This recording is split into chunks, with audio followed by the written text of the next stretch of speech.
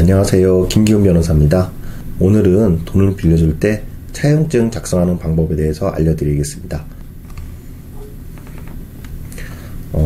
차용증이라고 쓰시면 됩니다.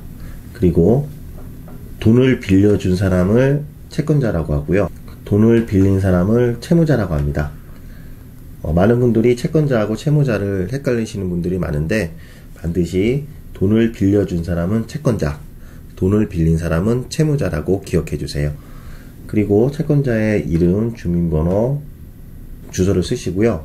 제일 중요한 채무자의 주민번호를 꼭 기재하셔야 됩니다. 이때 채무자의 신분증을 확인하셔서 이 차용증에 작성하는 주민번호와 동일한지 꼭 체크해 주세요. 그리고 연대보증인이 있을 수 있습니다. 연대보증인은 채무자가 돈을 못 갚을 경우에 대신 갚아주는 사람을 말합니다. 채권자 입장에서는 연대보증인이 있을수록 더 좋겠죠. 빌려준 돈, 차용 금액이 1,000만 원이라고 이렇게 기재하시면 됩니다. 꼭 제일 중요한 언제까지 갚겠다, 이거를 기재하셔야 됩니다. 만약에 언제까지 갚겠다 기재하지 않으시면 언제 갚는지 도저히 모르는 거죠. 그래서 2020년 12월 31일 이렇게 약정한 돈을 빌려줄 때 변제 기일을 작성하셔야 됩니다. 약정이자에 대해서 말씀드리겠습니다. 약정이자는 돈을 빌렸을 때 얼마의 이자를 주겠다고 하는 것입니다. 저희들은 연 5%라고 기재하셨는데요. 연 5%가 아니라 월 10만원 이렇게 기재하셔도 상관없습니다. 다만 주의할 거는 이자제한법입니다. 이자제한법에서는 연 24%를 초과하면 형사처벌도 되고 원금으로 충당된다는 것을 꼭 주의하세요. 다음으로 지연이자입니다. 지연이자는 언제까지 돈을 갚기로 했는데 그때까지 돈을 갚지 못했을 경우에 져야 되는 대가를 말합니다. 저희들은 연 10%로 기재했는데요. 월 20만원 이렇게 기재하셔도 상관없습니다. 다만 주의할 점이 있습니다. 이자는 기재하지 않으면은 한 푼도 못 받습니다.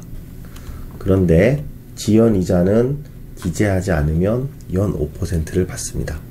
약정이자는 기재하지 않으면 한 푼도 못 받는 반면에 지연이자는 기재하지 않아도 연 5%를 받습니다.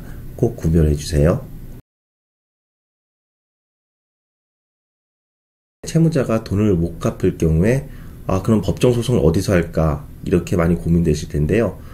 돈을 빌려준 사람 입장에서는 자기 집 근처에서 법원에서 재판받는 게 낫겠죠.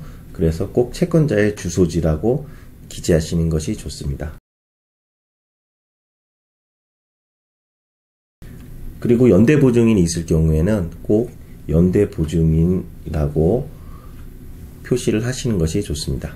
마지막으로 채권자하고 이름 쓰고 인, 채무자하고 이름 쓰고 인, 연대보증하고 이름 쓰고 인으로 하시는데 꼭 이름을 쓰는 사람이 신분증하고 동일인지 확인하기 위해서 신분증을 확인해 주시고요. 만약에 도장을 찍는다 확인하기 위하여 인감증명서를 확인해 주세요. 물론 그 채무자가 인감증명서를 채권자한테 준다, 그럼 꼭 가지고 있는 것이 좋습니다. 감사합니다.